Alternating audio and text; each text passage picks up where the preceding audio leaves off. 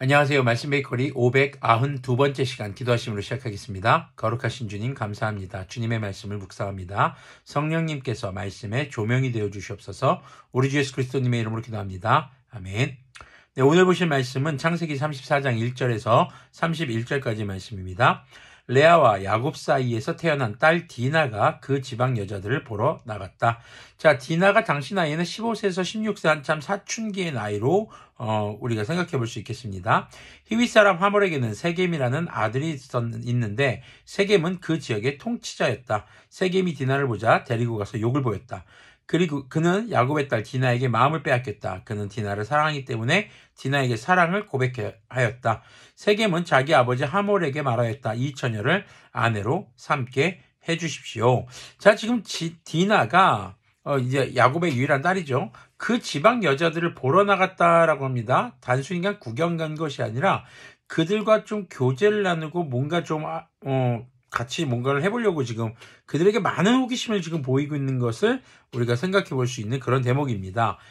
자, 그런데 지금 이것이 이제 디나의 경솔한 행동으로도 보여질 수 있습니다. 왜냐하면 낯선 곳이었고 특히 우상을 섬기는 사람들이었고 그러다 보니까 이제 다른 남자들에게도 이렇게 노출될 위험이 있었겠죠. 아무래도 이제 청소년 시기다 보니까 이런 호기심이 컸던 것으로 보여집니다. 문제는 세겜이라는 이 남자가 야곱의 딸 디나를 보고 강간을 합니다.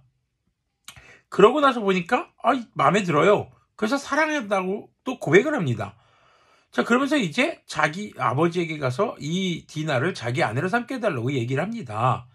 자, 그 다음이 이제 문제입니다. 5절 보면요. 야곱이 자기의 딸 디나의 몸을 세겜이 더럽혔다는 말을 들을 때 그의 아들들은 가축대와 함께 들에 있었다. 야곱은 아들들이 돌아올 때까지 이 일을 입 밖에 내지 않았다. 야곱은 아버지잖아요.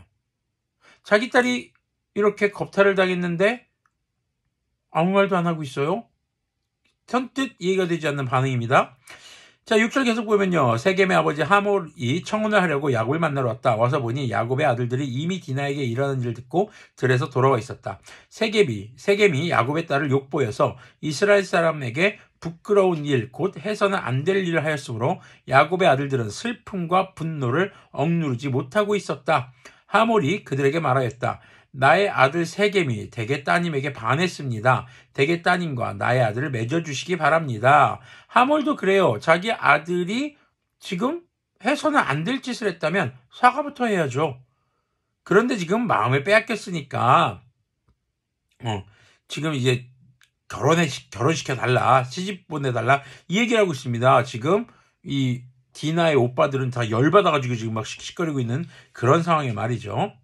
9절을 계속 보면요. 우리 사이에 서로 통혼할 것을 제의합니다. 따님들을 우리 쪽으로 시집 보내어 주시고 우리의 딸들도 며느리로 데려가시기 바랍니다. 그리고 우리와 함께 섞여서 여기에서 같이 살기를 바랍니다. 땅이 여러분 앞에 있습니다. 이 땅에서 자리를 잡고 여기에서 장사도 하고 여기에서 재산을 늘리십시오. 세겜도 디나의 아버지와 오라버니들에게 간청하였다. 저를 너그러니 보아주시기 바랍니다. 원하는 것은 무엇이든지 드리겠습니다. 신부를 데려오는 데 치러야 할 값을 정해주시고 제가 가져와야 할 예물의 값도 정해주시기 바랍니다. 아무리 많이 요구하셔도 요구하시는 만큼 제가 치르겠습니다. 다만 제가 바라는 것은 디나를 저의 아내로 주시기를 바라는 것뿐입니다. 지금 세겜은 디나에게 완전히 푹 빠져있는 것으로 보여지죠. 자, 13절 계속 보면요. 야곱의 아들들은 세겜이 그들의 누이 디나를 욕보였으므로 세겜과 그의 아버지 하몰에게 짐짓 속임수를 썼다. 그들은 세겜과 하몰에게 이렇게 말하였다. 우리는 그렇게 할 수 없습니다. 할례를 받지 않은 남자에게 우리의 누이를 줄 수 없습니다. 그렇게 하는 것은 우리에게 부끄러운 일입니다. 조건이 하나 있습니다.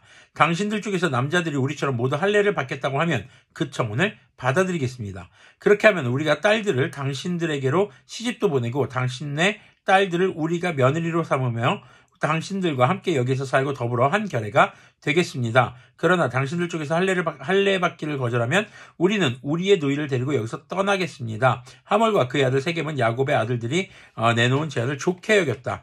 그래서 그 젊은이는 시간을 지체하지 않고 그들의 제안한 것을 실천으로 옮겼다. 그만큼 그는 야곱의 딸을 좋아했다. 세겜은 자기 아버지의 집안에서 가장 존귀한 인물이었다.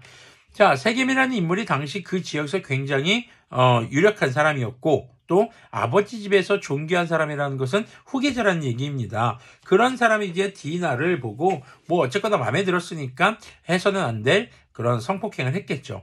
그래 놓고서 이제 사랑에 빠졌습니다. 그런데 지금 문제가 뭐 하몰도 세겜도 그 사건에 대해서 사과하기보다는 결혼하게 해주십시오. 뭐든지 드리겠습니다. 일단 자기의 마음은 진심이니까 그럴 수 있었겠죠. 그런데 지금 이 디나의 오빠들은 화가 납니다. 그래서 속임수를 씁니다. 할례라는 속임수를 쓰죠. 이것이 어떻게 속임수가 되는지 한번 계속 보겠습니다. 20절 보면요. 하몰과 그의 아들 세겜이 성문께로 가서 그들의 성읍 사람들에게 말하였다.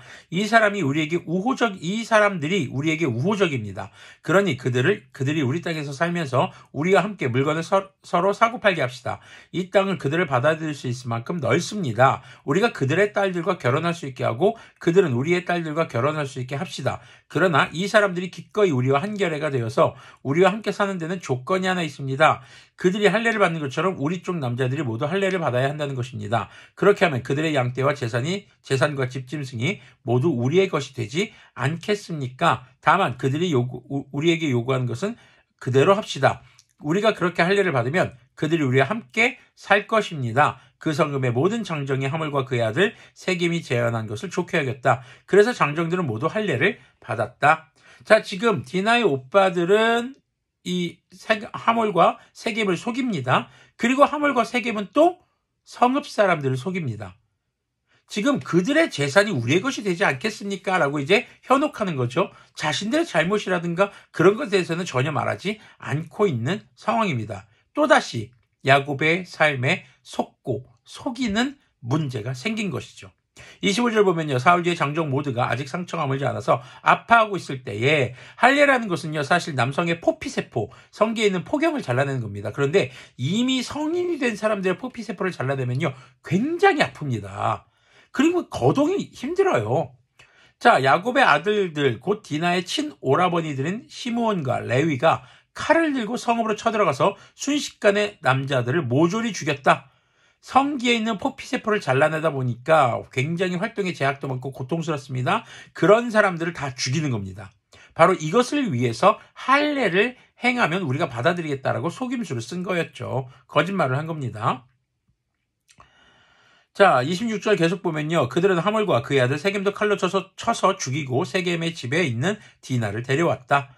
야곱의 다른 아들들은 죽은 시체에 달려들어 털고 그들의 누이가 욕을 본 그 성읍을 약탈하였다. 자, 사람을 죽인 것도 모자라서 그들의 물건을 약탈합니다. 28절 계속 보면요. 그들은 양과 소와 나귀와 성 안에 있는 것과 성 바깥들에 있는 것과 모든 재산을 빼앗고 어린 것들과 아낙네들은 사로잡고 집 안에 있는 물건을 다 약탈하였다.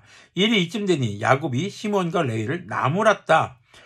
너희는 나를 오히려 더 어렵게 만들었다. 이제 가나안 사람이나 브리스 사람이나 이 땅에 사는 모든 사람이 나를 사귀지도 못할 추한 인간이라고 여길 게 아니냐. 우리는 수가 적은데 그들의 합세에서 나를 치고 나를 죽이면 나와 내 집안이 다 몰살당할 수밖에 없지 않느냐. 그들이 대답하였다. 그가 우리 누이를 창녀 다루듯이 하는데 그대로 두라는 말입니까?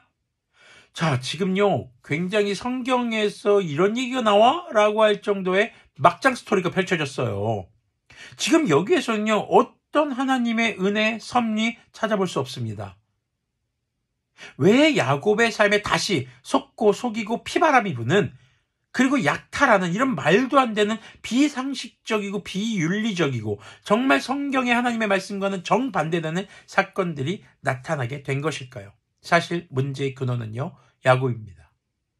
야곱이 디나를 정말로 사랑했다면, 사랑하는 자신의 딸로 여겼다면 디나가 그렇게 겁탈을 당하고 왔을 때, 그렇게 정말 불미스러운 일을 겪었을 때 그냥 있지 않았겠죠. 야곱은 침묵합니다. 야곱은 그저 말하지 않고 가만히 있는 모습을 볼 수 있습니다. 사실 이 문제가 창세기 이제 후반에 있어서 아주 중요한 문제로 이제 다뤄지게 될 요소입니다.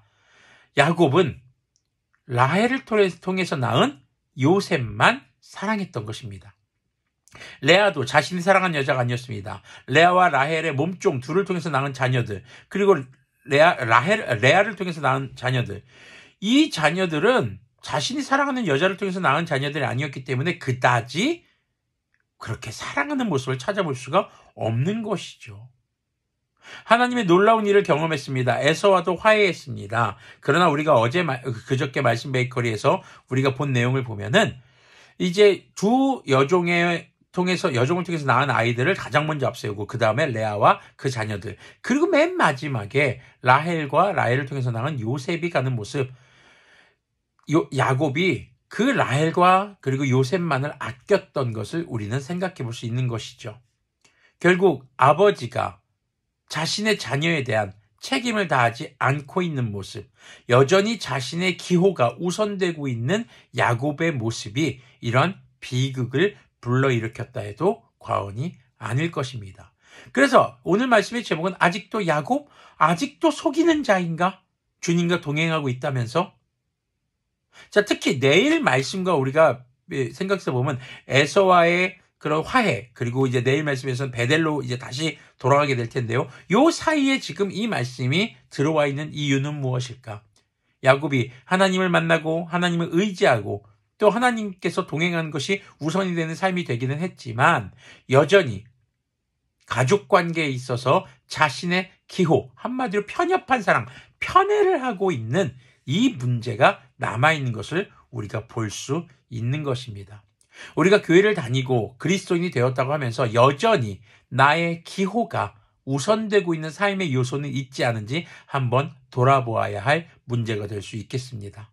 나의 기호가 여전히 우선이 되어 있다면 어쩌면 우리는 하나님을 예배하면서도 우상을 동시에 섬기고 있는 것과 다르지는 않은 모습은 아닌지 돌아볼 필요가 있다는 것입니다. 함께 기도하겠습니다.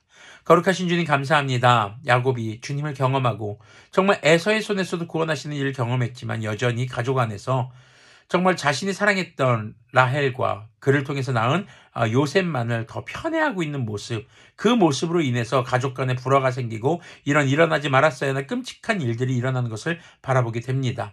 우리가 그리스도인으로 성도로서 살아가면서 하나님이 나의 삶의 주인이시고 하나님의 뜻을 따라 살아가겠다고 다짐하면서도 여전히 내 삶에 나의 기호가 우선되어서 하나님의 뜻보다 그것이 우선되어 있는 나의 모습은 아닌지 돌아보게 하여 주시옵소서. 우리가 야곱이 변화되는 이 과정들의 이야기를 통해서 나의 신앙, 우리의 신앙도 주님 앞에 거룩하게 변화되기를 소망합니다. 우리 주 예수 그리스도님의 이름으로 기도합니다. 아멘. 네, 오늘도 주님의 뜻을 따라 살아가기에 부족함이 없는 하루가 되시기를 소망합니다.